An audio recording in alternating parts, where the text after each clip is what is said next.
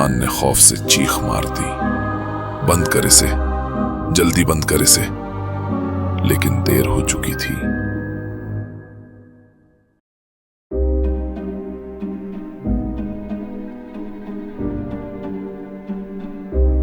अगले दिन कॉलेज के कॉरिडोर में स्टूडेंट्स का रश लगा हुआ था और अरमान वहां पहुंचा।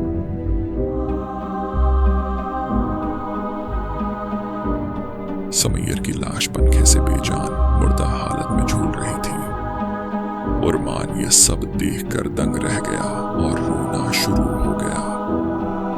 अरमान अपने आप को उसकी मौत का जिम्मेदार मानकर जैसे टूट गया था। वो उदासी की हालत में कुछ मुन्ना में बड़बड़ा रहा था कि अचानक कीर टेकर